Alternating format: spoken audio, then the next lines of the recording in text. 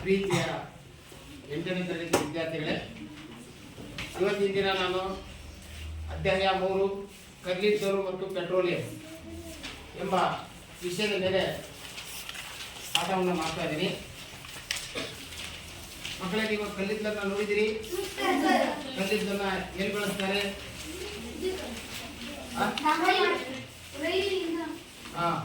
ಇಂಧನವಾಗಿ ಬಳಕೆ ಮಾಡ್ತಾರೆ, ಹೌದಾ? ಮತ್ತೆ ಎದಕ್ಕೆ ಬಳಸ್ತಾರೆ? ಡಾಂಬರ್ ಮಾಡಲಿಕ್ಕೆ. ಮತ್ತೆ ಮನೆ ಕಟ್ಟಕ್ಕೆ ಕಲ್ಲಿದ್ದು ಬಳಸ್ತಾರ. ಮನೆ ಕಟ್ಟ ಕಲ್ಲಿದ್ದು ಬಳಸ್ತಾರೆ.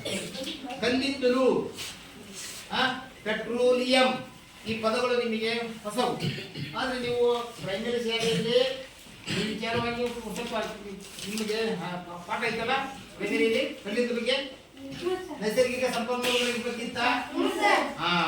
ನೈಸರ್ಗಿಕ ಸಂಪನ್ಮೂಲಗಳಲ್ಲಿ ಇದೊಂದು ಪದ ಬರುತ್ತೆ, ಹೌದಲ್ಲ? ಹಿಂದೆ ಈಗ ರೈಲ್ವೆ ಓಡಿಸ್ತಿದ್ವಲ್ಲ, ಹೌದಲ್ಲ? ಹಬೆ ಇಂಜಿನ್ ಅಂತ ಬರ್ತದಲ್ಲ, ಆ ಹಬೆ ಇಂಜಿನ್ಗಳಲ್ಲಿ ಈ ಕಲ್ಲಿದ್ದನ್ನು ಬಳಸ್ತಿದ್ರು, ಹೌದಲ್ಲ? ಕಲ್ಲಿದ್ದನ್ನ ಕಾಯಿಸಿ ಅದರಿಂದ ಉತ್ಪತ್ತಿ ಆಗುವ ಹಬೆಯಿಂದ ರೈಲುಗಳನ್ನ ಓಡಿಸ್ತಿದ್ರು. ಅರ್ಥಾತ್ ಇಟ್ಟಿಗೆ ಸುಡಾಕ ಕಲ್ಲಿದ್ದನ್ನು ಬಳಸ್ತಾರೆ, ಕಾರ್ಖಾನೆಗಳಲ್ಲಿ ಇಂಧನವಾಗಿ ಕಲ್ಲಿದ್ದನ್ನು ಬಳಸ್ತಾರೆ, ಹೌದಲ್ಲ? ಹಂಗಾರೆ ಇವತ್ತಿನ ದಿನ ಮಕ್ಕಳೇ, ಇದು ಒಂದು ನೈಸರ್ಗಿಕ ಸಂಪನ್ಮೂಲ. ಹಂಗಾರೆ ಈಗ ನೀವು ನೋಡಿರ್ಬೋದು, ನಿಸರ್ಗದಲ್ಲಿ ನೀವು ಅನೇಕ ವಸ್ತುಗಳನ್ನು ನೋಡ್ತೀರಿ, ಹೌದಲ್ಲ? ಮತ್ತು ಅವುಗಳನ್ನು ನೋಡ್ತೀರಿ ಮತ್ತು ಅವುಗಳನ್ನು ಅನುಭವಿಸ್ತೀರಿ. ಗಾಳಿ, ನೀರು, ಬೆಳಕು, ಬೆಟ್ಟ, ಗುಡ್ಡ, ಹೌದಾ? ಮಣ್ಣು, ಖನಿಜಗಳು ಇತ್ಯಾದಿ ಅನೇಕ ವಸ್ತುಗಳಿವೆ, ಹೌದಲ್ಲ? ಹಾಗಾದ್ರೆ ನಿಸರ್ಗದಲ್ಲಿ ದೊರೆತಕ್ಕಂಥ ವಸ್ತುಗಳನ್ನ ಪಟ್ಟಿ ಮಾಡಿ ಅಂತ ಕೇಳಿದಾಗ ನೀವೆಲ್ಲ ಹೇಳ್ತೇವೆ, ನಿಮ್ಮ ಸುತ್ತಮುತ್ತ ಇರ್ತಕ್ಕಂಥ ಪ್ರತಿಯೊಂದು ವಸ್ತುಗಳ ಬಗ್ಗೆ ಹೇಳ್ತೇವೆ, ಹೌದಲ್ಲ? ಹಾಗಾದ್ರೆ ಇವತ್ತಿನ ದಿನ ಈ ಪಾಠವನ್ನು ಕಲ್ಲಿದ್ದಲು ಮತ್ತು ಪೆಟ್ರೋಲಿಯಂ ಬಗ್ಗೆ ಯಾಕೆ 8ನೇ ತರಗತಿಯಲ್ಲಿ ಈ ವಿಷಯವನ್ನಾಗಿ ನೀಡುತ್ತಿದ್ದಾರೆ ಅಂತಂದ್ರೆ, ಇವು ನೈಸರ್ಗಿಕ ಸಂಪನ್ಮೂಲಗಳು, ನಿಸರ್ಗದಲ್ಲಿ ಉತ್ಪತ್ತಿಯಾದ ಸಂಪನ್ಮೂಲಗಳು, ಹೌದಾ? ಇವುಗಳ ಬಗ್ಗೆ ಯಾಕೆ ತಿಳ್ಕೊಳ್ಬೇಕು, ಯಾಕೆ ಅಧ್ಯಯನ ಮಾಡಬೇಕು ಅಂತಂದ್ರೆ ಇವುಗಳ ಉಪಯೋಗ ತುಂಬಾ ಇದೆ.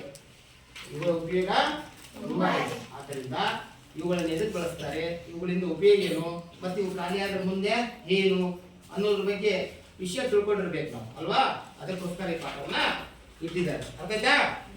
ಹಾಗಾದ್ರೆ ಈಗ ಕಲ್ಲಿದ್ದು ಅನ್ನಕ್ಕಿಂತ ಈಗ ಸಂಪನ್ಮೂಲಗಳು, ಎಂತ ಸಂಪನ್ಮೂಲಗಳು? ನೈಸರ್ಗಿಕ ಸಂಪನ್ಮೂಲಗಳು. ಇವತ್ತಿನ ದಿನ ಅಧ್ಯಾಯ ಅದು ಕಲ್ಲಿದ್ದಲು ಮತ್ತು ಪೆಟ್ರೋಲಿಯಂ. ಕಲ್ಲಿದ್ದಲು ಮತ್ತು ಪೆಟ್ರೋಲಿಯಂ ಎಷ್ಟೇ ಅಧ್ಯಾಯ? ಅಧ್ಯಾಯ 3. ಹಂಗಾರೆ ಈಗ ಗಾಳಿ, ನೀರು, ಖನಿಜಗಳು, ಕಾಡುಗಳು, ಪ್ರಾಣಿಗಳು ಇವೆಲ್ಲ ನೋಡಿದಿರಿ. ಇವೆಲ್ಲ ನಿಸರ್ಗದಲ್ಲಿ ಸಿಗುವಂತ ವಸ್ತುಗಳು. ನಿಸರ್ಗದಲ್ಲಿ ಸಿಗುವಂತ ವಸ್ತುಗಳನ್ನ ಏನಂತ ಕರೀತಾರೆ? ಹಂಗಾದ್ರೆ ನೈಸರ್ಗಿಕ ಸಂಪನ್ಮೂಲಗಳ ಅರ್ಥವನ್ನ ನಾನು ಹೇಳ್ಬೇಕು, ಹೌದಾ? ನೈಸರ್ಗಿಕ ಸಂಪನ್ಮೂಲಗಳ ಅರ್ಥ. ನೈಸರ್ಗಿಕ ಸಂಪನ್ಮೂಲಗಳೇನು? ಯಾರು ಹೇಳ್ತೀರಿ? ಒಬ್ಬನೇ. ನಮ್ಮ ಪರಿಸರದಲ್ಲಿ ದೊರಕುವ ವಸ್ತುಗಳನ್ನು ನೈಸರ್ಗಿಕ ಸಂಪನ್ಮೂಲ ಎನ್ನುತ್ತಾರೆ. ಓಕೆ, ಹೌದಾ? ಆದ್ರೆ ನಾನು ಹೇಳ್ತೇನೆ, ನಿಸರ್ಗದಲ್ಲಿ ಯಥೇಚ್ಛವಾಗಿ ಸಿಗುವ, ಯಥೇಚ್ಛ ಅಂದ್ರೆ ಏನು? ಸಾಕಷ್ಟು ಪ್ರಮಾಣದಲ್ಲಿ, ಹೌದಲ್ಲ? ಸಾಕಷ್ಟು ಪ್ರಮಾಣದಲ್ಲಿ ದೊರೆಯುವ ಮತ್ತು ಮಾನವನಿಗೆ ಉಪಯುಕ್ತವಾಗಿರುವ ಸಂಪನ್ಮೂಲಗಳನ್ನ ನೈಸರ್ಗಿಕ ಸಂಪನ್ಮೂಲಗಳೆನ್ನುತ್ತಾರೆ. ಉದಾಹರಣೆ ಗಾಳಿ, ಎಷ್ಟು ಬೇಕಾದಷ್ಟಿದೆ, ಹೌದಲ್ಲ? ಇದನ್ನ ನಾವು ದಿನನಿತ್ಯ ಬಳಕೆ ಮಾಡ್ತಾ ಇದ್ದೇವೆ, ಆದ್ರೆ ಖಾಲಿ ಆಗುತ್ತಾ? ಖಾಲಿ ಆಗಲ್ಲ. ನೀರನ್ನು ಬಳಸ್ತೇವೆ, ಖಾಲಿ ಆಗುತ್ತೆ, ಮತ್ತೆ ಮಳೆ ಹಾಗೆ ಮತ್ತೆ ಬರುತ್ತೆ, ಹೌದಲ್ಲ? ಹಾಗಾದ್ರೆ ಇವೆಲ್ಲ ಸಂಪನ್ಮೂಲಗಳು ಏನಿವು? ನೈಸರ್ಗಿಕ ಸಂಪನ್ಮೂಲ, ಹೌದಾ? ಹಾಗೆ ಈ ನೈಸರ್ಗಿಕ ಸಂಪನ್ಮೂಲಗಳು ಅದೇ ಅಲ್ಲಿ ಕೆಲವು 2 ಭಾಗ ಮಾಡಿದ್ದಾನೆ. ಒಂದು ಬರಿದಾಗದ ಸಂಪನ್ಮೂಲ, ಇನ್ನೊಂದು ಒಣಗಿದ ಸಂಪನ್ಮೂಲ. ಬರಿದಾಗದ ಸಂಪನ್ಮೂಲ ಅಂದ್ರೆ ಏನು? ಗಾಳಿ, ನೀರು, ಖನಿಜಗಳು, ಇತ್ಯಾದಿ ಅನೇಕ ವಸ್ತುಗಳಿವೆ, ಹೌದಲ್ಲ? ಇನ್ನೊಂದು ಬರಿದಾಗುವ ಬರಿದಾಗುವ ಸಂಪನ್ಮೂಲ, ಬರಿದಾಗದ ಸಂಪನ್ಮೂಲ. ಇನ್ನೊಂದು ಬರಿದಾಗುವ ಸಂಪನ್ಮೂಲ. ಬರಿದಾಗುವ ಸಂಪನ್ಮೂಲ.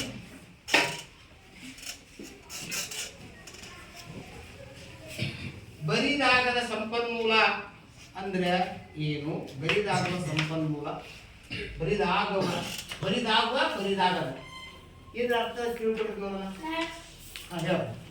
ಈಗ ನಮ್ಗೆ ಪರಿಸರದಲ್ಲಿ ಸಿಗ್ತಕ್ಕಂಥ ಸಂಪನ್ಮೂಲ ಯಾವ್ದಾದ್ರೆ ಅದು ಖಾಲಿಯಾಗ ಬರಿದಾಗುವ ಸಂಪನ್ಮೂಲ. ಬರಿದಾಗದ, ಬರಿದಾಗುವ ಸಂಪನ್ಮೂಲ. Very good. ಅದು ಖಾಲಿಯಾಗಿ ಅಂದ್ರೆ ಬರಿದಾಗದ ಸಂಪನ್ಮೂಲ. ಅದು ಖಾಲಿ ಆಗಲಿಲ್ಲ ಅಂದ್ರೆ ಬರಿದಾಗದ. Very good. ಚಪ್ಪಾಳೆ ಮಾಡಿ.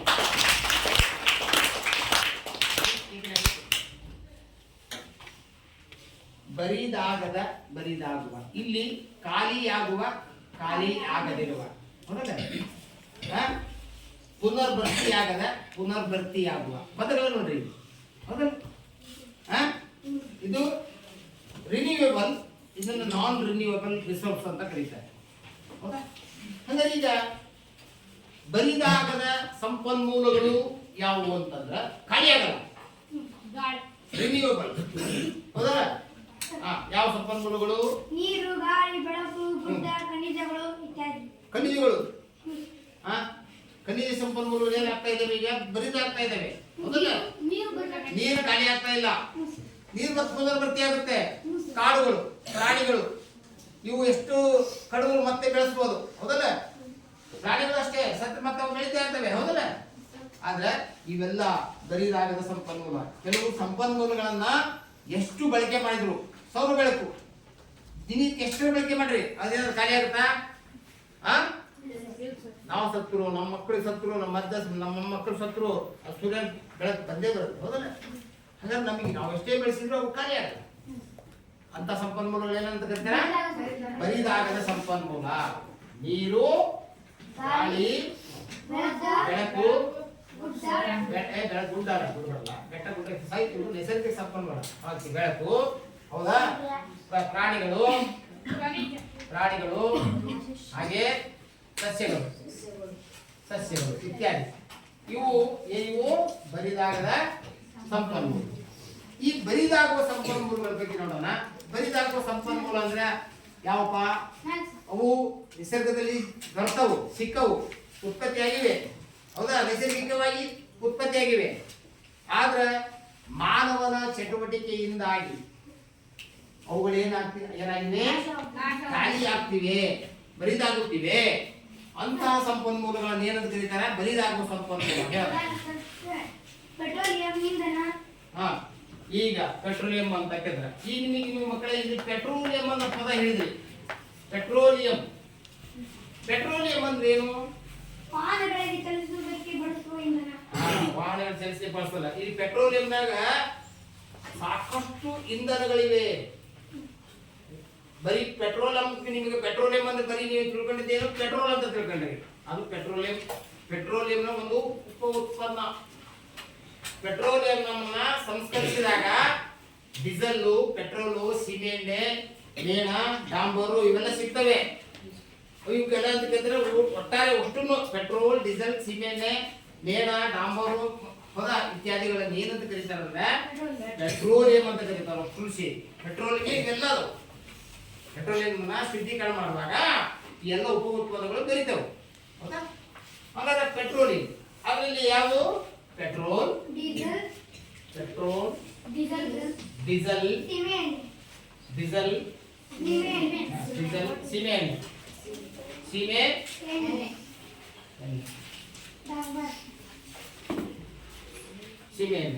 ಓಕೆ ಇತ್ಯಾದಿ. ಹಾಗಾದ್ರೆ ಇಲ್ಲಿ ಕಲ್ಲಿದ್ದಲು ಬರುತ್ತೆ. ಏನು ಬರುತ್ತೆ? ಕಲ್ಲಿದ್ದಲು ಬರುತ್ತೆ, ಖನಿಜಗಳು. ಓಕೆ, ಇಲ್ಲಿ ನೋಡ್ರಿ, ಈಗ ನಿಮ್ಗೆ ಬಂತು ಬರಿದಾಗುವ ಸಂಪನ್ಮೂಲಗಳಲ್ಲಿ ಪೆಟ್ರೋಲಿಯಂ ಬಂತು, ಕಲ್ಲಿದ್ದಲು ಬಂತು. ಹೌದಲ್ಲ? ಖನಿಜ ಲವಣ. ಮತ್ತೇನು? ಖನಿಜ ಲವಣಗಳು ಬರಿದಾಗ್ತಾ ಇದಾವೆ. ಖನಿಜ ಲವಣ. ಓಕೆ, ಈಗ ಅರ್ಥ ಆಯ್ತು ಮಕ್ಕಳೇ? ತಿಳಿತಾ? ಹಾಗಾದ್ರೆ ಈಗ ಇಲ್ಲಿ ನೀವು ತಿಳ್ಕೊರಿ, ಇವೆಲ್ಲ ನಿಸರ್ಗದಲ್ಲಿ ದೊರೆಯುವಂತಹ ಸಂಪನ್ಮೂಲ. ಹಾಗಾದ್ರೆ ಪೆಟ್ರೋಲಿಯಂ ಹೇಗೆ ದೊರೀತಿತ್ತು, ಕಲ್ಲಿದ್ದು ಹೇಗೆ ದೊರೀತು ಅನ್ನೋದ್ರ ಬಗ್ಗೆ ನಾವೀಗ ಇವತ್ತಿನ ದಿನ ಅಭ್ಯಾಸ ಮಾಡೋಣ, ಅಧ್ಯಯನ ಮಾಡೋಣ. ಏನ ಕಲ್ಲಿದ್ದಲು ಬಗ್ಗೆ ತಿಳ್ಕೊಳ್ಳೋಣ. ಇದ್ರ ಬಗ್ಗೆ ತಿಳ್ಕೊಳ್ಳೋಣ. ಕಲ್ಲಿದ್ದಲು. ಕಲ್ಲಿದ್ದಲು ಅಂದ್ರೆ ಏನು? ಕಲ್ಲಿದ್ದಲು ಹೇಗಿರುತ್ತೆ ಅಂದ್ರೆ ಕಪ್ಪಾಗಿರುತ್ತೆ, ಕಲ್ಲಿನ ತರ ಇರುತ್ತೆ. ಹೌದಾ? ಈ ಗಣಿಗಾರಿಕೆಯನ್ನ ಮಾಡುವಾಗ ಏನ್ ಮಾಡುತ್ತೆ, ಭೂಮಿಯಲ್ಲಿ ಏನಾಗುತ್ತೆ, ಇದು ದೊರೆಯುತ್ತದೆ. ಏನ್ ದೊರೆಯುತ್ತೆ? ಭೂಮಿಯಲ್ಲಿ ದೊರೆಯುತ್ತೆ. ಹಂಗಾರೆ ಇದನ್ನ ಕೈಗಾರಿಕೆಗಳಲ್ಲಿ ಇಂಧನವಾಗಿ ಬಳಸ್ತಾರೆ. ಹಿಂದೆ ಬಹಳ ವರ್ಷಗಳ ಕಾಲ ಹಿಂದೆ ಮನುಷ್ಯ ಇದ್ದಲ್ಲ, ಅವನು ಸಹ ಕಲ್ಲಿದ್ದನ್ನ ಕಂಡು ಹಿಡಿದ್ಬಿಟ್ಟು ಅವನು ಅಡಿಗೆ ಮಾಡಲಿಕ್ಕೆ ಬಳಸ್ತಿದ್ದ ಕಲ್ಲಿದ್ದನ್ನು. ಹೌದಲ್ಲ? ಅತಿ ಹೆಚ್ಚು ಉಷ್ಣದ ಆಕಾರ ಇದು. ಇದನ್ನ ಕಾಯಿಸ್ಬಿಟ್ರೆ ಸಾಕಷ್ಟು ಉಷ್ಣ ಬರುತ್ತೆ. ಹೌದಲ್ಲ? ಅಡಿಗೆ ಮಾಡ್ಲಿಕ್ಕೆ ಬಳಸ್ತಿದ್ದ. ಒಂದು ಮನುಷ್ಯಗಷ್ಟು ತಿಳುವಳಿಕೆ ಇರಲಿಲ್ಲ. ಆದ್ರೆ ಆದಿ ಮಾನವ ಏನ್ ಮಾಡಿದ, ಇದನ್ನ ಕಲ್ಲಿದ್ದನ್ನ ಕಂಡು ಹಿಡಿದ್ಬಿಟ್ಟು ಅವನೇನ್ ಮಾಡ್ತಿದ್ದ, ಉರುವಲಾಗಿ ಅಥವಾ ಇಂಧನವಾಗಿ ಬಳಕೆ ಮಾಡ್ತಿದ್ದ. ಅರ್ಥಾತ್ ಇದು ಹೇಗೆ ದೊರೀತಿದ್ದಿ ಅನ್ನೋದು ಒಂದು ಕತೆ ಮೂಲಕ ಹೇಳ್ತಾರೆ. ಕಲ್ಲಿದ್ದಲಿನ ಕತೆ. ಕಲ್ಲಿದ್ದಲು ಏನ್ ಬಳಸ್ತಾರೆ? ಇಂಧನವಾಗಿ ಬಳಕೆ ಆಗುತ್ತೆ. ಒಂದು ಉತ್ತಮವಾದ ಉರುವಲು, ಹೊಗೆಯ ಪ್ರಮಾಣ ಕಡಿಮೆ, ಅದ್ರ ಉಷ್ಣ ಜಾಸ್ತಿ ಇರುತ್ತೆ. ಹೌದಲ್ಲ? ಈಗ ಕಲ್ಲಿದ್ದಲಿನ ರೇಟ್ ತುಂಬಾ ಇದೆ.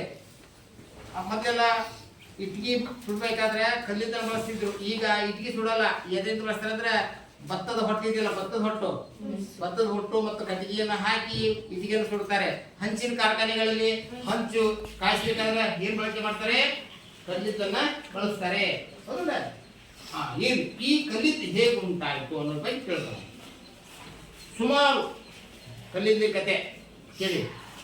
ಸುಮಾರು 300 ಮಿಲಿಯನ್ ವರ್ಷಗಳ ಹಿಂದೆ ಕಲ್ಲಿದ್ದಲು ಉಂಟಾದ. ಏನೋ ಎಷ್ಟು ಮಿಲಿಯನ್ ವರ್ಷಗಳ ಹಿಂದೆ? 300 ಮಿಲಿಯನ್ ವರ್ಷ. ಮಕ್ಕಳಿಗೆ ಮಿಲಿಯನ್ ಅಂದ್ರೆ ನಿಮಗೆ ಗೊತ್ತಿದೆಯಾ? ಮಿಲಿಯನ್ ಅಂದ್ರೆ ಲಕ್ಷ, 10 ಲಕ್ಷ. 10 ಲಕ್ಷಕ್ಕೆ 1 ಮಿಲಿಯನ್ ಎನ್ನುತ್ತಾರೆ. ನೆನಪಿಟ್ಟಿರೋ ಮಕ್ಕಳೇ, ವಿಜಯಲಕ್ಷ್ಮಿ ಇಂಟರ್ಶೇಖರು 10 ಲಕ್ಷಕ್ಕೆ 1 ಮಿಲಿಯನ್ ಅಂತ. 300 ಮಿಲಿಯನ್ ನೆನಪಿಟ್ಟಿದ್ದಾರೆ. $3 ಅಲ್ಲೇ. ಡಾಲರ್ ಅಂದ್ರೆ ದುಡ್ಡು, ಅದು ರೂಪಾಯಿ. ಹಣ ನೋಡಿ. 30 ಲಕ್ಷ ವರ್ಷಗಳಿಂದ, 30,000 ವರ್ಷಗಳ ಹಿಂದೆ ಏನಾಯ್ತು? ಕಲ್ಲಿದ್ದು ಉಂಟಾಯ್ತಂತೆ. ಸರ್, ಕಲ್ಲಿದ್ದು ಹೆಂಗೆ ಉಂಟಾಯ್ತು? ಆವಾಗ ಭೂಮಿ ಏನಾಯ್ತು ಅಂದ್ರೆ ಪುನರಚನೆ ಆಗ್ತಿತ್ತು. ಇದು ಭೂಮಿ, ಏನಿದು ಭೂಮಿ. ಅವಾಗ ಭೂಮಿ ಆಲ್ರೆಡಿ ಪುನರಚನೆ ಆಗ್ತಿತ್ತು. ಆವಾಗ ಭೂಮಿ ಕೆಲವು ಕಡೆ ತಗ್ಗಾದ ಪ್ರದೇಶಕ್ಕೆ ಕೂಡಿತ್ತು, ಮತ್ತೆ ಭೂಮಿ ಮೇಲ್ಪದ ಮೆತ್ತಗಿತ್ತು, ಅಷ್ಟು ಗಟ್ಟಿಯಾಗಿರ್ಲಿಲ್ಲ. ಹೌದಾ? ಒಳಗಡೆ ಭಾಗ ಗಟ್ಟಿಯಾಗಿರ್ಲಿಲ್ಲ, ಹಾಗೆ ಹೌದಾ? ಈ ಭಾಗನು ತಗ್ಗಾದ ಪ್ರದೇಶದಿಂದ ಕೂಡಿತ್ತು. ಇಲ್ಲಿ ಸಿಕ್ಕಾಪಟ್ಟೆ ಕಾಡು ಬೆಳೆದಿತ್ತು. ಏನಾಗಿತ್ತು? ಕಾಡು, ಸಿಕ್ಕಾಪಟ್ಟೆ ಕಾಡು ಬೆಳೆದಿತ್ತು. ಅವಾಗ ಭೂಮಿ ಒಂದೊಂದ್ಸರಿ ಏನಾಗ್ತಿತ್ತು ಅದಕ್ಕೆ ಅಂದ್ರೆ ಏನಾಗ್ತಿತ್ತು? ಬಾಯಿ ಬಿಡಿ ಬಿಡ್ತಿತ್ತು. ಹೌದಾ? ಭೂಮಿ ಬಾಯಿ ಬಿಡಿ ಬಿಟ್ಟಾಗ ಭೂಕಂಪಗಳು ಸಂಭವಿಸ್ತಿದ್ವು. ಅವಾಗ ಭೂಕಂಪ ಸಂಭವಿಸಿದಾಗ ಭೂಮಿ ಏನಾಗ್ತಿತ್ತು? ಬಾಯಿ ಬಿಡಿ ಬಿಡ್ತಿತ್ತು. ಅವಾಗ ಇಲ್ಲಿರ್ತಕ್ಕಂಥ ಸಸ್ಯವರ್ಗ ಬಹಳ ದೊಡ್ಡ ಮರಗಳು ಏನಾಗ್ತಿದ್ವು ಅಂದ್ರೆ ಭೂಮಿಯ ಆಳಕ್ಕೆ ಹೋಗ್ಬಿಡೋದು, ಭೂಮಿಯ ಆಳಕ್ಕೆ ಪ್ರಪಾತಕ್ಕೆ ಹೋಗ್ಬಿಡೋದು. ಅವಾಗ ಅದ್ರ ಮೇಲೆ ಏನಾಗ್ತಿತ್ತು? ಮಣ್ಣು ಬೀಳ್ತಿತ್ತು. ಅವಾಗ ಇಲ್ಲಿರ್ತಕ್ಕಂಥ ಸಸ್ಯವರ್ಗ ಏನಾಯ್ತು? ಸತ್ತೋಗ್ಬಿಡ್ತು. ಏನಾಯ್ತು? ಸತ್ತೋಯ್ತು. ಹೌದಲ್ಲ? ಒಂದು ಗಿಡವನ್ನ ಕಡಿದ್ರೆ ಏನಾಗ್ತದ? ಒಣಗ್ತದ. ಹೌದಲ್ಲ? ಸಾಯ್ತದ. ಅದು ಸತ್ತಂಗೆ ಮತ್ತೆ ಸಿಗುತ್ತದೆ?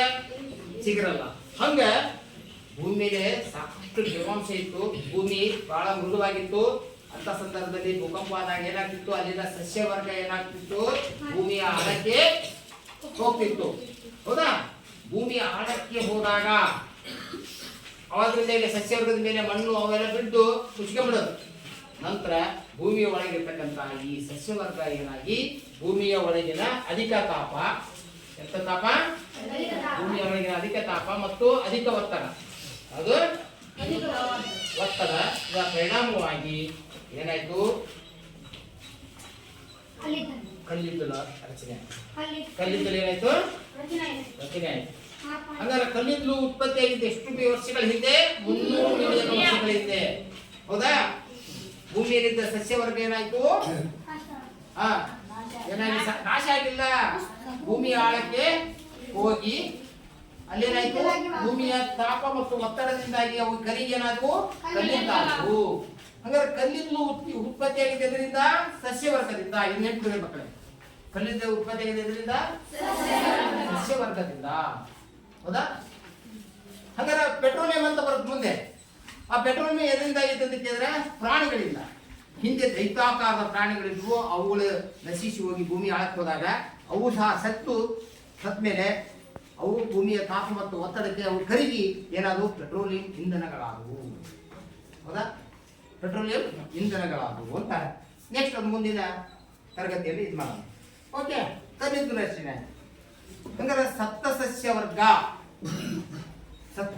ಸಸ್ಯವರ್ಗ ಭೂಮಿಯ ತಾಪ ಮತ್ತು ಒತ್ತಡದಿಂದಾಗಿ ಏನಾಯ್ತು ಪಳೆಯುಳಿಕೆ ಇಂಧನವಾಗಿ ಮಾರ್ಪಡ್ತು, ಅಥವಾ ಪಳೆ ಅಂದ್ರೆ ಕಲ್ಲಿದ್ದಾಗಿ ಮಾರ್ಪಡ್ತು.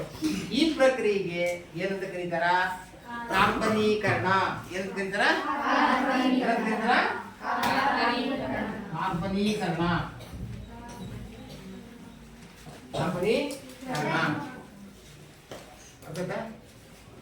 ಸಪ್ತ ಸಸ್ಯವರ್ಗ ಭೂಮಿಯ ಒಳಗಿನ ಅಧಿಕ ತಾಪ ಮತ್ತು ಒತ್ತಡದಿಂದಾಗಿ ಕಲ್ಲಿದ್ದಾಗಿ ಪುನರಚನೆ ಆಗುವುದಕ್ಕೆ ಏನಂತ ಕರೀತಾರ?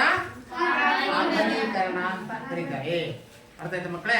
ಹಂಗಾರ ಕಲ್ಲಿದ್ದು ಹೆಂಗ್ ರಚನೆ ಆಯ್ತು ಗೊತ್ತಾಯ್ತಲ್ಲ? ಕಲ್ಲಿದ್ದ ಬಗ್ಗೆ ತಿಳಿತಾ? ಕಲ್ಲಿದ್ದು ಹೇಗೆ ರಚನೆ ಆಯ್ತು ಯಾರು ಹೇಳ್ತೀರಿ? ಒಬ್ಬನು, ಅವ್ರಿಬ್ಬರಿಗೆ ಪಾಠ ಮಾಡಿದ್ದೇನೆ ನಾನು. ಹೌದಾ?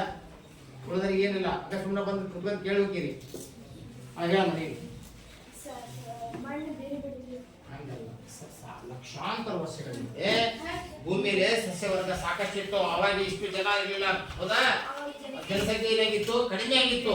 ಹೌದಲ್ಲ? ಹೇಳಿದ ಹೇಳು. ಸಸ್ಯಗಳು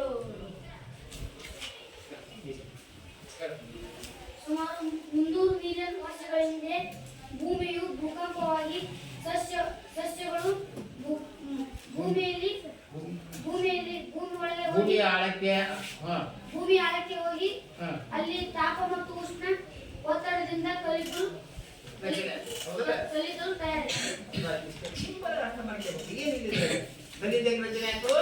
ಹಿಂದೆ ಸಾಕಷ್ಟು ಮಿಲಿಯನ್ ವರ್ಷಗಳ ಹಿಂದೆ ಹೇಳ್ರಿ, ಮಿಲಿಯನ್ ವರ್ಷ 300 ಮಿಲಿಯನ್ ವರ್ಷಗಳ ಹಿಂದೆ ಅಂತ ನೆನ್ಪಿಟ್ಕೊಂಡ್ರಿ. 300 ಮಿಲಿಯನ್ ವರ್ಷಗಳ ಹಿಂದೆ ಭೂಮಿ ಮೇಲೆ ಸಾಕಷ್ಟು ಸಸ್ಯವರ್ಗ ಇತ್ತು. ಅವಾಗ ಭೂಮಿ ಪುನರಚನೆ ಆಗ್ತಿತ್ತು. ಅವಾಗ ಭೂಮಿಯ ಮೇಲ್ಭಾಗ ಏನಾಗಿತ್ತು? ಮೃದುವಾಗಿತ್ತು, ತೇವದಿಂದ ಕೂಡಿತ್ತು. ಅವಾಗ ಭೂಮಿ ಏನಾಗ್ತಿತ್ತು? ಬಾಯಿ ಬಿರಿ ಬಿಡ್ತಿತ್ತು, ಭೂಕಂಪ ಆಗ್ತಿತ್ತು. ಆ ಭೂಕಂಪ ಆದಾಗ ಭೂಮಿ ಬಾಯಿ ಬಿರಿ ಬಿಟ್ಟಾಗ ಅಲ್ಲಿರ್ತಕ್ಕಂಥ ಗಿಡ ಮರಗಳು ಏನಾಗ್ತಿದ್ವು? ಭೂಮಿ ಆಳಕ್ಕೆ ಮುಚ್ಕೊಂಡು ಹೋಗ್ತಿದ್ವು. ಭೂಮಿ ಆಳಕ್ಕೆ ಮುಚ್ಚಿ ಹೋಗ್ತಿದ್ವು. ಅವಾಗ ಆ ಮರ ಗಿಡಗಳ ಮೇಲೆ ಮಣ್ಣು ಬೆಳಿತಿತ್ತು. ಅವಾಗ ಆ ಸಸ್ಯಗಳು ಏನಾಗ್ತಿದ್ವು? ಭೂಮಿಯ ಅಧಿಕ ತಾಪ ಮತ್ತು ಒತ್ತಡದಿಂದಾಗಿ ಏನಾದವು? ಕಲ್ಲಿದ್ದು ಆಗಿದ್ದಾರೆ. ಹಾಗಾದ್ರೆ ಇದು ಬಹಳ ವರ್ಷಗಳ ಹಿಂದೆ ನಡೆದಂತ ಒಂದು ಘಟನೆ. ಹೌದಲ್ಲ? ಹಾಗಾದ್ರೆ 300 ಮಿಲಿಯನ್ ವರ್ಷಗಳ ಹಿಂದೆ ಸಸ್ಯ ಏನಾಯ್ತು? ಕಲ್ಲಿದ್ದಾಗಿ ಮಾರ್ಪಡ್ತಲ್ಲ. ಹಾಗಾಗಿ ಇದನ್ನ ಏನಂತ ಕರೀತಾರೆ ಅಂದ್ರೆ ಪಳೆಯುಳಿಕೆ ಇಂಧನ. ಏನಂತ ಕರೀತಾರ? ಪಳೆಯುಳಿಕೆ. ಪಳೆಯುಳಿಕೆ ಇಂಧನ ಯಾವುದಂತ ಕೇಳಿದ್ರೆ ಬರೀಬೇಕು, ಹೌದಲ್ಲ? ಕಲ್ಲಿದ್ದಲು. ಆಯ್ತಾ ಮಕ್ಕಳೇ? ತಿಳಿತಾ? ಹಂಗಾರೆ ಈಗ ಕಲ್ಲಿದ್ದಲು ಮತ್ತೆ ಬೇರೆ ಯಾವ ಉಪಕರಣಗಳದವು ಮತ್ತೆ ಅವುಗಳನ್ನ ನಾವು ಎದಕ್ಕೆ ಬಳಸ್ತೇವೆ ಅನ್ನೋದನ್ನ ನೋಡೋಣ. ಕಲ್ಲಿದ್ದಲ ಬಗ್ಗೆ, ಹೌದಲ್ಲ? ಹಾಗಾದ್ರೆ ಈ ಕಲ್ಲಿದ್ದಲನ್ನು ಕೈಗಾರಿಕೆಗಳಲ್ಲಿ ಸಂಸ್ಕರಿಸಲಾಗುತ್ತದೆ. ಈ ಕಲ್ಲಿದ್ದಲನ್ನ ಕೈಗಾರಿಕೆಗಳಲ್ಲಿ ಸಂಸ್ಕರಿಸಿದಾಗ 3 ಮುಖ್ಯ ಉಪ ಉತ್ಪನ್ನಗಳು ಬಿಡುಗಡೆ ಆಗುತ್ತವೆ. ಅವುಗಳೇ ಕೋಕ್, ಒಂದೇನದು ಕೋಕ್, ಕಲ್ಲಿದ್ದಲು ಡಾಂಬರ್, ಕಲ್ಲಿದ್ದಲು ಡಾಂಬರ್, ನಂತರ ಕಲ್ಲಿದ್ದಲು ಅನಿಲ. ನೋಡ್ರಿ ಬಿಡುಗಡೆ ಕೇಳಿ ಮಕ್ಕಳು, ಈ 3 ಕೇಳಿ ಎಲ್ಲ ಹೆಣ್ಮಕ್ಳು ಇದ್ರೆ ನೋಡಿ, ಈ ಕಡೆ ನೋಡಿ, ಹಿಂದಿನ ಮಕ್ಕಳು ನೋಡ್ರಿ. ಕಲ್ಲಿದ್ದನ್ನು ಕೈಗಾರಿಕೆಗಳಿಗೆ ಸಂಸ್ಕರಿಸಿದಾಗ ಎಷ್ಟು ಉತ್ಪನ್ನಗಳು ಬಿಡುಗಡೆ ಆಗ್ತವೆ? 3 ಉತ್ಪನ್ನಗಳು. ಒಂದೇದು ಕೋಕ್, ಎರಡನೇದು ಕಲ್ಲಿದ್ದಲು ಡಾಂಬರ್, ಮೂರನೇದು ಕಲ್ಲಿದ್ದಲು ಅನಿಲ. ಈ 3 ಉಪ ಉತ್ಪನ್ನಗಳು ಉತ್ಪತ್ತಿ ಆಗ್ತವೆ. ಹಾಗಾದ್ರೆ ಕೋಕ್ ಅಂದ್ರೇನು? ಕೋಕ್ ಅನ್ನು ಎಲ್ಲಿ ಬಳಸ್ತಾರೆ ಅಂತ ನೆನ್ಪಿಡುವುದು. ಹಾಗಾದ್ರೆ ಈ ಕೋಕ್ ಅನ್ನೋದು ಕಲ್ಲಿದ್ದನ್ನ ಏನ್ ಮಾಡಿದಾಗ ಕೈಗಾರಿಕೆಯಲ್ಲಿ ಸಂಸ್ಕರಿಸಿದಾಗ ಉತ್ಪತ್ತಿ ಆಗ್ತಕ್ಕಂಥ ಉತ್ಪನ್ನ. ಇದು ಶುದ್ಧ ವಸ್ತು, ಶುದ್ಧ ಕಾರ್ಬನ್ನಿನ ಒಂದು ರೂಪ, ಬಹುರೂಪ. ಕೋಕ್ ಅನ್ನೋದು ಒಂದು ಕಾರ್ಬನ್ನಿನ ಒಂದು ಬಹುರೂಪ, ಆದರೆ ಶುದ್ಧವಾಗಿರುತ್ತೆ.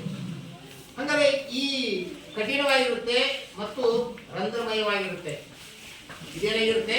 ಕಠಿಣವಾಗಿರುತ್ತೆ ಮತ್ತೇನಾಗಿರುತ್ತೆ? ರಂಧ್ರಗಳಿರ್ತವೆ. ಹೌದಾ? ಈ ಕೋಕನ್ನ ಘನರೂಪದಲ್ಲಿರುತ್ತೆ, ಶುದ್ಧವಾಗಿರುತ್ತೆ, ಕಾರ್ಬನ್ನಿನ ಒಂದು ಬಹುರೂಪವಾಗಿದೆ. ಈ ಕೋಕನ್ನ ಲೋಹಗಳನ್ನ ಉದ್ಧಾರಣೆ ಮಾಡುವಾಗ ಕೋಕನ್ನ ಅಪಕರ್ಷಣಕಾರಿಯಾಗಿ ಬಳಸುತ್ತಾರೆ. ಏನಲ್ಲೇ ಕೋಕನ್ನ ಲೋಹಗಳನ್ನ ಉದ್ಧಾರಣೆ ಮಾಡುವಾಗ, ಉದ್ಧರಿಸುವಾಗ, ಅಂದ್ರೆ ಈಗ ಉದಾಹರಣೆ ಕಬ್ಬಿಣ ತಯಾರು ಮಾಡಬೇಕು. ಕಬ್ಬಿಣ ತಯಾರು ಮಾಡ್ಬೇಕಾದ್ರೆ ಅಲ್ಲಿ ಏನ್ ಮಾಡ್ತಾರೆ? ಕಬ್ಬಿಣದ ಕಾರ್ಖಾನೆಗಳಲ್ಲಿ ಏನ್ ಮಾಡ್ತಾರೆ? ಕೋಕನ್ನು ಬಳಸ್ತಾರೆ. ಆ ಕೋಕ್ ಏನ್ ಮಾಡುತ್ತೆ? ಅಲ್ಲಿ ಕಬ್ಬಿಣ ತಯಾರು ಮಾಡುವಾಗ ಅನೇಕ ರಾಸಾಯನಿಕ ವಸ್ತುಗಳನ್ನ ಬೆರೆಸಿರ್ತಾರೆ. ಹೆಮಟೈಟ್ ಅಂತ ಇರುತ್ತೆ ಕಬ್ಬಿಣದಲ್ಲಿ, ಅದು ಹೆಮಟೈಟ್ ಇರುತ್ತೆ. ಆ ಕಬ್ಬಿಣದ ಅದು ಯಾವುದು? ಹೆಮಟೈಟ್. ಹೆಮಟೈಟ್ ಅನ್ನ ಏನ್ ಮಾಡ್ತಾರೆ?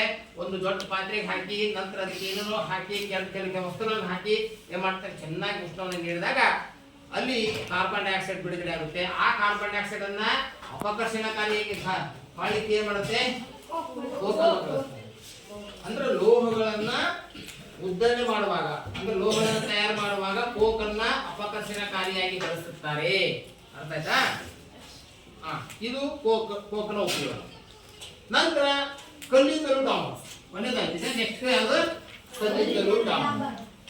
ಕಲ್ಲಿದ್ದಲು ಡಾಂಬರ್ ಇದು ಒಂದು ಹಿತಕರವಲ್ಲದ ಕೆಟ್ಟ ವಾಸನೆಯನ್ನ ಹೊಂದಿರತಕ್ಕಂತ ಒಂದು ಮಂದವಾದ ದ್ರವ. ಹಿತಕರವಲ್ಲದ ಕೆಟ್ಟ ವಾಸನೆ. ಇದು ಸುಟ್ಟಾಗಿ ಏನಾಗತ್ತೆ? ಅಯ್ಯಪ್ಪ, ಈ ಡಾಂಬರ್ ಸುಟ್ಟಾಗಿ ಎಷ್ಟು ಕೆಟ್ಟ ವಾಸನೆ ಬರ್ತದೆ ಗೊತ್ತಿಲ್ಲ? ಡಾಂಬರ್ ರೋಡ್ ಮಾಡುವಾಗ ಕೇಳಿದ್ರೆ ವಾಸನೆ ಸುಟ್ಟಿರ್ತಾರಲ್ಲ, ಡಾಂಬರ್ ಪ್ರಭಾವಂತೆ ಅಲ್ಲಿ ಹೋದ್ರೆ ಕೆಟ್ಟ ವಾಸನೆ, ಅಯ್ಯಪ್ಪ ಅನ್ನಂಗತ್ತೆ. ಅಂತ ಕೆಟ್ಟ ಅಂದ್ರೆ ನಮ್ಮ ದೇಹಕ್ಕೆ, ನಮ್ಮ ಮನಸ್ಸಿಗೆ ಇಷ್ಟವಾದ ವಾಸನೆಯನ್ನ ಹಿತಕರವಲ್ಲದ ವಾಸನೆ ಅಂತ ಹೇಳ್ತಾರೆ. ಅಂತ ವಾಸನೆಯನ್ನು ಹೊಂದಿರುವ ಮಂದವಾದ ದ್ರವ ಕಲ್ಲಿದ್ದಲು ಡಾಂಬರ್. ಹಾಗಾಗಿ ಈ ಕಲ್ಲಿದ್ದಲು ಡಾಂಬರ್ ಅನ್ನ ಎದಕ್ಕೆ ಬಳಸ್ತಾರೆ? ರಸ್ತೆಗಳು ಬಳಸ್ತಾರೆ, ಡಾಂಬರೀಕರಣ ಬಳಸ್ತಾರೆ. ನಂತರ ಸುವಾಸಿಕಗಳ ತಯಾರಿಕೆ, ಸೇಂಟ್ ಎದಕ್ಕೆ ಬಳಸ್ತಾರೆ? ಸೇಂಟ್ ನೋಡಿಲ್ಲ? ಸೇಂಟ್ ನೋಡಿಲ್ಲ? ಸೇಂಟ್ಗಳ ಹೆಸರು ಗೊತ್ತಿದೆ? ಯಾವಾಗ? ಫಾಗ್. ಹೌದಾ? ಫಾಗ್ ಅಂತ ಯೂಸ್ ಮಾಡಿ, ನಾವು ಯೂಸ್ ಮಾಡ್ತೀವಿ ಫಾಗ್. ಹೌದಲ್ಲ? ಮ್ಯಾಗ್ನೆಟ್. ಮತ್ತೆ ಇಂಥವೆಲ್ಲ ಬಹಳಷ್ಟು ಎಲ್ಲವೂ ಗೊತ್ತಿದೆ. ಸುವಾಸಿಕ ಅಂದ್ರೆ ಬಟ್ಟೆ ಹಾಕಿದ ಮೇಲೆ ಬಟ್ಟೆ ದುರ್ವಾಸನೆ ಬರಬಾರ್ದು ಅಂತ ಹೇಳಿ ಏನ್ ಮಾಡ್ತೀವಿ? ಸೇಂಟ್ ಹಾಕಿ. ಹೌದಲ್ಲ? ಓಕೆ, ಎಲ್ಲ ಗೊತ್ತು. ಅದಕ್ಕೆ ಕನ್ನಡದಲ್ಲಿ ಸುವಾಸಿಕ. ಬಣ್ಣಗಳು, ಆಮೇಲೆ ಸಂಶ್ಲೇಷಿತ ರಂಗುಗಳು, ಔಷಧಿಗಳು, ಆಮೇಲೆ ಮೇಲ್ಛಾವಣಿ ಹಾಸುಗಳು, ಅಂದ್ರ ಡಾಂಬರ್ ತಗಡು ಅಂತ ಕರಿತಿದ್ರಿಂದ ಡಾಂಬರ್ ತಗಡು. ಅರ್ಥಾತ ಅವುಗಳನ್ನ ಅಂದ್ರೆ ಈ ಕೊಟ್ಟಿಗೆಗೆ ಮತ್ತು ಕೈಗಾರಿಕೆಗಳಲ್ಲಿ ಮನೆ ಹಂಚಲದೊಳಗೆ ಅವ್ರು ಏನ್ ಮಾಡ್ತದಂದ್ರೆ ಕಲ್ಲಿದ್ದಲು ಡಾಂಬರ್ ಏನ್ ಮಾಡ್ತಿತ್ತು? ಬಳಕೆ ಆಗ್ತಿತ್ತು. ಅದು ಯಾವ್ದಂದ್ರೆ ಮೇಲ್ಛಾವಣಿನ ಹೊದಿಸಲು ಏನ್ ಮಾಡ್ತಿದ್ರು? ತಗಡುಗಳನ್ನ ತಯಾರು ಮಾಡ್ತಿದ್ರು. ಅರ್ಥಾತ ಬಣ್ಣಗಳು, ಔಷಧಿಗಳು, ನಂತರ ಸುವಾಸಿಕಗಳು, ಸಂಶ್ಲೇಷಿತ ರಂಗುಗಳು, ಹೀಗೆ ಅನೇಕ ವಸ್ತುಗಳನ್ನ ತಯಾರು ಮಾಡಲಿಕ್ಕೆ ಕಲ್ಲಿದ್ದಲು ಡಾಂಬರ್ ಬಳಕೆ ಆಗ್ತಿದೆ. ಜೊತೆಗೆ ಕೆಲವು ಕೈಗಾರಿಕೆಗಳು ಏನ್ ಮಾಡ್ತವೆ? ಕಲ್ಲಿದ್ದಲು ಡಾಂಬರ್ ಅನ್ನ ಇಂಧನವಾಗಿ ಬಳಸ್ತಾರೆ. ಅರ್ಥಾತ ಕೆಲವು ಕೈಗಾರಿಕೆಗಳಲ್ಲಿ ಕಲ್ಲಿದ್ದಲು ಡಾಂಬರ್ ಏನ್ ಮಾಡ್ತಾರೆ? ಇಂಧನವಾಗಿ ಬಳಸುತ್ತಾರೆ. ಅರ್ಥ? ನೆಕ್ಸ್ಟ್ ಕಲ್ಲಿದ್ದಲು ಅನಿಲ. ಕಲ್ಲಿದ್ದಲು ಅನಿಲ ಅಂದ್ರೆ ಏನು? ಕಲ್ಲಿದ್ದಲು ಹೇಗೆ ಉತ್ಪತ್ತಿ ಆಗುತ್ತೆ? ಕಲ್ಲಿದ್ದಲಿಂದ ಕೋಕನ್ನ ಸಂಸ್ಕರಿಸುವಾಗ, ಕಲ್ಲಿದ್ದಲಿಂದ ಕೋಕನ್ನು ಸಂಸ್ಕರಿಸುವಾಗ ಅಂದ್ರೆ ಕೋಕನ್ನು ಪಡೆಯುವಾಗ ಕಲ್ಲಿದ್ದಲು ಅನಿಲ ಬಿಡುಗಡೆಯಾಗುತ್ತದೆ. ಕಲ್ಲಿದ್ದಲಿಂದ ಕೋಕನ್ನು ಏನ್ ಮಾಡುವಾಗ? ಸಂಸ್ಕರಿಸುವಾಗ ಏನಾಗುತ್ತೆ? ಕಲ್ಲಿದ್ದಲು ಅನಿಲ ಬಿಡುಗಡೆ ಆಗುತ್ತೆ.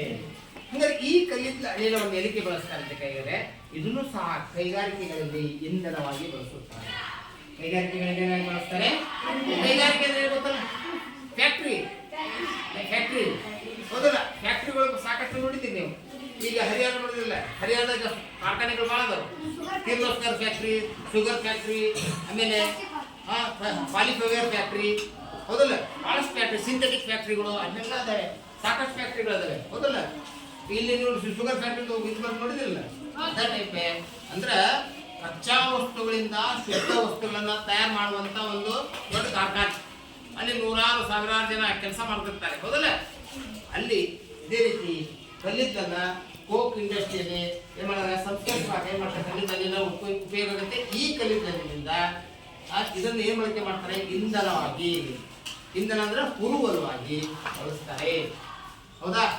ಆದ್ರೆ ಇತ್ತೀಚಿನ ದಿನಗಳಲ್ಲಿ ಮಾನವನ ಚಟುವಟಿಕೆಯಿಂದಾಗಿ ಅಥವಾ ಜನಸಂಖ್ಯೆ ಹೆಚ್ಚಳದಿಂದಾಗಿ ಕಲ್ಲಿದ್ದಲಿನ ಸಿಗುವ ಪ್ರಮಾಣ ಏನಾಗಿದೆ? ಕಡಿಮೆಯಾಗಿದೆ. ಏನಾಗಿದೆ? ಕಡಿಮೆಯಾಗಿದೆ. ಹಾಗಾಗಿ ಈ ಒಂದು ಕಲ್ಲಿದ್ದಲನ್ನು ಹೆಚ್ಚು ಬಳಸೋದ್ರಿಂದ ಏನಾಗುತ್ತೆ? ಪರಿಸರಕ್ಕೆ ನಾಶ ಆಗುತ್ತೆ. ಏನಾಗುತ್ತೆ? ಪರಿಸರ ನಾಶ ಆಗುತ್ತೆ. ಯಾಕಂತ ಕೇಳಿದ್ರೆ ಕಲ್ಲಿದ್ದಲನ್ನ ಗಾಳಿಯಲ್ಲಿ ಕಾಸಿದಾಗ ಯಾವ ಅನಿಲ ಬಿಡುಗಡೆ ಆಗುತ್ತೆ? ಯಾರು ಹೇಳ್ತೀರಿ? Yes, very good. ಬಿಡುಗಡೆ ಆಗುತ್ತೆ ಕಾರ್ಬನ್ ಡೈಆಕ್ಸೈಡ್ ಅನಿಲ ಬಿಡುಗಡೆ ಆಗುತ್ತೆ. ಅದಕ್ಕೋಸ್ಕರ ಕಲ್ಲಿದ್ದಲನ್ನ ಹೆಚ್ಚು ಬಳಸಬಾರದು. ನಂತರ ಒಂದ್ ವೇಳೆ ಇದು ಖಾಲಿಯಾಗಿಬಿಟ್ರೆ ಮುಂದಿನ ದಿನಮಾನಗಳಲ್ಲಿ ನಮ್ಮ ಮಕ್ಕಳಿಗೆ ಕಲ್ಲಿದ್ದು ಮತ್ತು ಮುಂದಿನ ಪೀಳಿಗೆಗೆ ಕಲ್ಲಿದ್ದು ಸಿಗೋದಿಲ್ಲ. ಅರ್ಥ ಆಯ್ತಾ? ಆದಷ್ಟು ಕಲ್ಲಿದ್ದಲ ಬಳಕೆಯನ್ನು ನಾವು ಕಡಿಮೆ ಮಾಡೋದ್ರಿಂದ ಪರಿಸರ ನಾಶ ಕಡಿಮೆ ಆಗುತ್ತೆ. ವಾತಾವರಣದಲ್ಲಿ ಕಾರ್ಬನ್ ಡೈಆಕ್ಸೈಡ್ ಮಟ್ಟ ಹೆಚ್ಚಾಗ್ಬಿಟ್ರೆ ಏನಾಗುತ್ತೆ? ನಮಗೂ ಮಾನವ ಬದುಕ ತೊಂದರೆ ಆಗಲ್ಲ, ಉಸಿರಾಟ ಸಮಸ್ಯೆ ಆಗುತ್ತೆ. ಜೊತೆಗೆ ನಮಗೆ ಗಾಳಿ ಸಿಗಲ್ಲ, ಗಾಳಿ ಪ್ರಮಾಣ ಕಡಿಮೆ ಆಗುತ್ತೆ. ಭೂಮಿಯ ಉಷ್ಣಾಂಶ ಹೆಚ್ಚಾಗುತ್ತೆ. ಭೂಮಿಯ ಉಷ್ಣಾಂಶ ಹೆಚ್ಚಾದ್ರೆ ಹಿಮಾಲಯ ಪರ್ವತದಲ್ಲಿ ಇರ್ತಕ್ಕಂಥ ಹಿಮ ಏನಾಗುತ್ತೆ? ಕರಗೋಗುತ್ತೆ. ಆಮೇಲೆ ಮಳೆಯ ಪ್ರಮಾಣ ಏನಾಗುತ್ತೆ? ಕಡಿಮೆ ಆಗುತ್ತೆ. ಮಳೆ ಪ್ರಮಾಣ ಕಡಿಮೆ ಆದ್ರೆ ನಮಗೆ ಕುಡಿಯಕ್ಕೆ ನೀರು ಸಿಗಲ್ಲ, ಹೌದಾ? ಬೆಳೆಯಕ್ಕೆ ನೀರು ಬೇಕು, ಹೌದಲ್ಲ? ಬರಗಾಲ, ಆಮೇಲೆ ಒಂದೊಂದೇ ಕಾರ್ಯಗಳು ಜಾಸ್ತಿ ಯಾಕೆಂತ ನಂತರ ಮನುಷ್ಯ ನಾಶ ಆಗ್ತಾನೆ. ಪರಿಸರ ನಾಶ ಅಂದ್ರೆ ಅನುಕೂಲದ ನಾಶ ಕಟ್ಟಿಟ್ಟ ಬುದ್ಧಿ. ಅರ್ಥ ಆಯ್ತಾ ಮಕ್ಕಳೇ? ತಿಳಿತಾ? ಓಕೆ, ಈಗ ನಾನು ಕಲಿದ್ದು ನಾಳೆ ತರಗತಿಯಲ್ಲಿ ಪೆಟ್ರೋಲಿಯಂ ಬಗ್ಗೆ ಹೇಳ್ತೇನೆ. ಈಗ ನಾನು ಇಲ್ಲಿವರೆಗೂ ಹೇಳಿದ್ನಲ್ಲ ಕೆಲವು ವಿಚಾರಗಳನ್ನ ನೋಡೋಣ ಎಷ್ಟು ಮಟ್ಟಿಗೆ ತಿಳ್ಕೊಂಡಿದ್ದೆ ಅಂತ ಕೇಳ್ತೇನೆ. ಈಗ ನಾನು ಕೆಲವು ಪ್ರಶ್ನೆಗಳನ್ನು ಕೇಳ್ತೇನೆ, ನೇರವಾಗಿ ಹೇಳಬೇಕು, ಹೌದಾ? ನೈಸರ್ಗಿಕ ಸಂಪನ್ಮೂಲಗಳೆಂದರೇನು? ನೈಸರ್ಗಿಕ ಸಂಪನ್ಮೂಲಗಳೆಂದರೇನು? ಈ 40-50 ಮಕ್ಕಳಿಗೆ ಅವರು ಹೇಳೋದು. ನೈಸರ್ಗಿಕ ಸಂಪನ್ಮೂಲ ಅಂತ ಹೇಳಿಲ್ವಾ? ಹೇಳಪ್ಪ. ಪರಿಸರದಲ್ಲಿ ಮಾನವನಿಗೆ ಬೇಕಾದ ವಸ್ತುಗಳನ್ನು ನೈಸರ್ಗಿಕ ಸಂಪನ್ಮೂಲ. ಮಾನವನಿಗೆ ಬೇಕಾದ ವಸ್ತುಗಳನ್ನು ಹೇಳು. ನಿಸರ್ಗದಲ್ಲಿ ಯಥೇಚ್ಛವಾಗಿ ದೊರಕುವ ವಸ್ತುಗಳನ್ನು ನೈಸರ್ಗಿಕ ಸಂಪನ್ಮೂಲ. ನಿಸರ್ಗದಲ್ಲಿ ಅಂದ್ರೆ ಪ್ರಕೃತಿಯಲ್ಲಿ ಯಥೇಚ್ಛವಾಗಿ ಹಾಗೂ ಮಾನವನಿಗೆ ಉಪಯುಕ್ತ ಆಗಬೇಕು. ಮಾನವನಿಗೆ ಏನಾಗಬೇಕು? ಉಪಯೋಗ ಆಗಬೇಕು. ಈಗ ನೀವು ಏನೋ ತಂದಿರ್ತೀವಿ, ಗಾಳಿ ನಮ್ಗೆ ಉಪಯೋಗ ಆಗಿಲ್ವಾ? ಮಣ್ಣು, ನೀರು, ಕಾಡುಗಳು, ಕಾಡಿನಲ್ಲಿರುವ ಪ್ರಾಣಿಗಳು ಉಪಯೋಗ ಆಗಿಲ್ಲ. ಕಲ್ಲಿಂದ ಉಪಯೋಗ ಆಗಿದೆಯಲ್ಲ ಮತ್ತೆ. ಅಂದ್ರೆ ನೆನ್ಪಿಡ್ರಿ, ನಿಸರ್ಗದಲ್ಲಿ ಹೇರಳವಾಗಿ ದೊರೆಯುವ, ಯಥೇಚ್ಛವಾಗಿ ಎಲ್ಲ ಪದ ಬರಲಿಲ್ಲ ಅಂದ್ರೆ ನಿಮ್ಗೆ ಏನ್ ಮಾಡ್ರಿ? ಹೇರಳವಾಗಿ, ಸಾಕಷ್ಟು, ಹೌದಲ್ಲ? ಸುಲಭವಾಗಿ ಸಿಗುವ, ಸಾಕಷ್ಟು ಪ್ರಮಾಣದಲ್ಲಿ ಸಿಗುವ, ಸುಲಭವಾಗಿ ಸಿಗುವ ಹಾಗೂ ನಮಗೆ ಮನುಷ್ಯನಿಗೆ ನಮ್ಮೆಲ್ಲರಿಗೂ ಉಪಯುಕ್ತವಾಗಿರುವ ಸಂಪನ್ಮೂಲಗಳನ್ನ ಏನಂತ ಕರೀತಾರೆ? ನೈಸರ್ಗಿಕ ಸಂಪನ್ಮೂಲ. ಹೇಳಮ್ಮ ನೋಡೋಣ. ಈಗ ನಾನು ಹೇಳಿದ್ದೆ ಹೇಳ.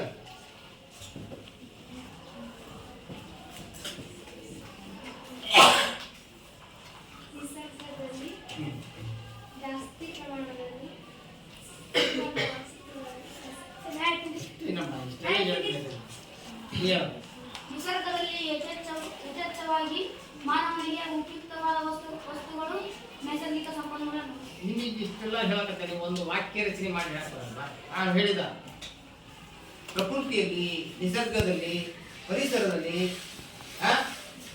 ಸಾಕಷ್ಟು ಪ್ರಮಾಣದಲ್ಲಿ ದೊರೆಯುವ ಮತ್ತೆ ಮಾನವನಿಗೆ ಉಪಯುಕ್ತವಾಗಿರುವ ಸಂಪನ್ಮೂಲಗಳನ್ನ ನೈಸರ್ಗಿಕ ಸಂಪನ್ಮೂಲಗಳು ಎನ್ನುತ್ತಾರೆ ಅಂತ ಹೇಳಿದ್ರು.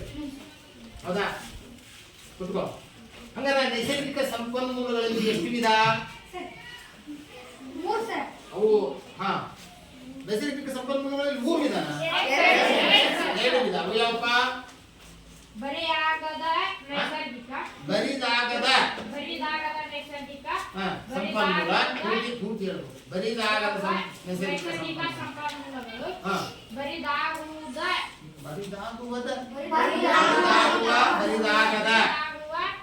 ನೈಸರ್ಗಿಕ ಸಂಪನ್ಮೂಲ. ಪೂರ್ತಿ ನೀಟಾಗಿ ಕ್ಲೀನಾಗಿ ಕೇಳಬೇಕು, ಅರ್ಥ ಮಾಡಿಕೊಂಡು ನೀವೆಲ್ಲ ಕೇಳಲ್ಲ, ನೆಟ್ಟು ಶಿಕ್ಷಕರು ಕೇಳಲ್ಲ ನೀವು, ಹಂಗಾಗಿ ಏನು ಅರ್ಥ ಮಾಡಿಲ್ಲ. ಕುತ್ಕೊಳ್ಳ. ಹಂಗಾರೆ ಈಗ ಬರಿದಾಗದ ಅಂದ್ರೆ ಖಾಲಿಯಾಗದ ಅಥವಾ ನವೀಕರಣಗೊಳ್ಳುವ ಹೌದಲ್ಲ ಸಂಪನ್ಮೂಲಗಳು ಎಂದರೇನು ಅಂತ ಕೇಳಿ. ಸರಿ, ಬರೀ ಖಾಲಿ ಅಂದ್ರೆ ಅವು ಎಷ್ಟು ನಾವು ಬಳಸ್ತೀವಿ, ದಿನ ಬಳಸಿದ್ರೆ ಖಾಲಿ ಆಗಿಲ್ಲ ಅಂತ ಬರೀದಾಗದ ಸಂಪನ್ಮೂಲ. Very good. ಹಂಗೆ ಕೆಲವು ಸಂಪನ್ಮೂಲಗಳನ್ನ ನಾವು ಎಷ್ಟೇ ಬಳಕೆ ಮಾಡಿದ್ರು ಅವು ಏನಾಗೋದಿಲ್ಲ, ಖಾಲಿ ಆಗಲ್ಲ. ಇಷ್ಟು ಹೇಳಕ್ ಅರ್ಥ ಆಗ್ಲಿಲ್ಲ ನಿಮಗೆ? ಮತ್ತೆ ಹೇಳ್ಕೊಂಡ್ರೆ ಯಾಕೋ ಹೇಳಿಲ್ಲ. ಕೆಲವು ಸಂಪನ್ಮೂಲಗಳನ್ನ ಎಷ್ಟು ಬಳಸಿದ್ರು ಏನಾಗೋದಿಲ್ಲ, ಅವು ಖಾಲಿ ಆಗೋದಿಲ್ಲ. ಅಂತ ಸಂಪನ್ಮೂಲಗಳನ್ನ ಏನಂತ ಕರೀತಾರೆ? ಬರಿದಾಗದ ಸಂಪನ್ಮೂಲಗಳು ಎನ್ನುತ್ತಾರೆ. ಗಾಳಿ, ನೀರು, ಬೆಳಕು ಅಂತ ಹೇಳಿದ್ರಲ್ವ, ಅವು ಬರಿದಾಗದ ಸಂಪನ್ಮೂಲ. ಹಾಗಾದ್ರೆ ಈಗ ನೆಕ್ಸ್ಟ್ ಬರಿದಾಗುವ ಸಂಪನ್ಮೂಲಗಳೆಂದರೇನು? ಎಷ್ಟು ಈಜಿ ಇದೆಯಲ್ಲ, ಹೇಳಪ್ಪ.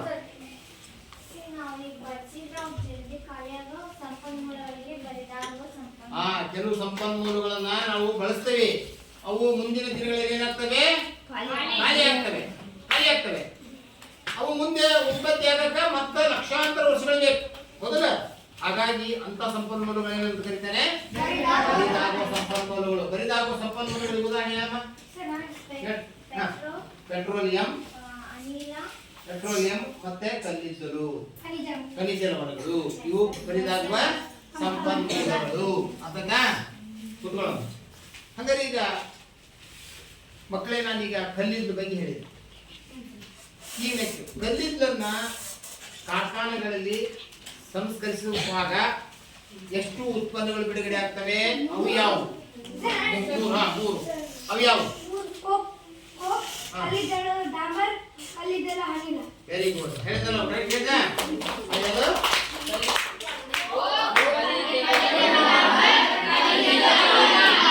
Very good. ಓಕೆ. ಹಾಗಾದ್ರೆ ಈಗ ಕೋಕ್ನ ಉಪಯೋಗ ಬರೀ ಇದೆ ಅಂತ ಒಂದು ಮಾತಿದ್ದಾರೆ. ಕೋಕ್ನ ಉಪಯೋಗ ಬರೀ. ಕೋಕನ್ನು ಬಳಸ್ತಾರೆ. ಕೋಕ್ನ ಉಪಯೋಗ ಹೇಳಿದ್ನಲ್ಲ, ಲೋಹಗಳನ್ನು ಉತ್ತರಿಸುವಾಗ ಕೋಕನ್ನು ಅಪಕರ್ಷಣಕಾರಿಯಾಗಿ ಬಳಸುತ್ತಾರೆ ಅಂತ ಹೇಳಿದ್ದಲ್ಲ. ಮಕ್ಕಳೇ, ನಾಳೆ ಇನ್ನ ಇದರಲ್ಲೇ ಮುಂದುವರೆದ ಭಾಗ ಪೆಟ್ರೋಲಿಯಂ ಬಗ್ಗೆ ಮುಂದಿನ ತರಗತಿಯಲ್ಲಿ, ನಾಳೆ ತರಗತಿಯಲ್ಲಿ ಅಭ್ಯಾಸ ಮಾಡೋಣ. ಅರ್ಥ ಆಯ್ತಾ? ಈಗ ನೀವು ಅಭ್ಯಾಸದಲ್ಲಿ ಬರ್ತಕ್ಕಂಥ ಕೆಲವು ಪ್ರಶ್ನೆಗಳು ಅದಾವಲ್ಲ, ಅಭ್ಯಾಸದಲ್ಲಿ ಅದಾವಲ್ಲ, ಆ ಪ್ರಶ್ನೆಗಳನ್ನ ಕಲಿತನವರಿಗೆ ಅದಾವಲ್ಲ, ಅಲ್ಲಿವರೆಗೂ ನೀವೇನ್ ಮಾಡಬೇಕು? ಹೋಮ್ವರ್ಕ್ ಬರ್ಬೇಕು. ಏನನ್ನ ಹೋಮ್ವರ್ಕ್. ಓಕೆ, ಎಲ್ಲರಿಗೂ ನಮಸ್ಕಾರ.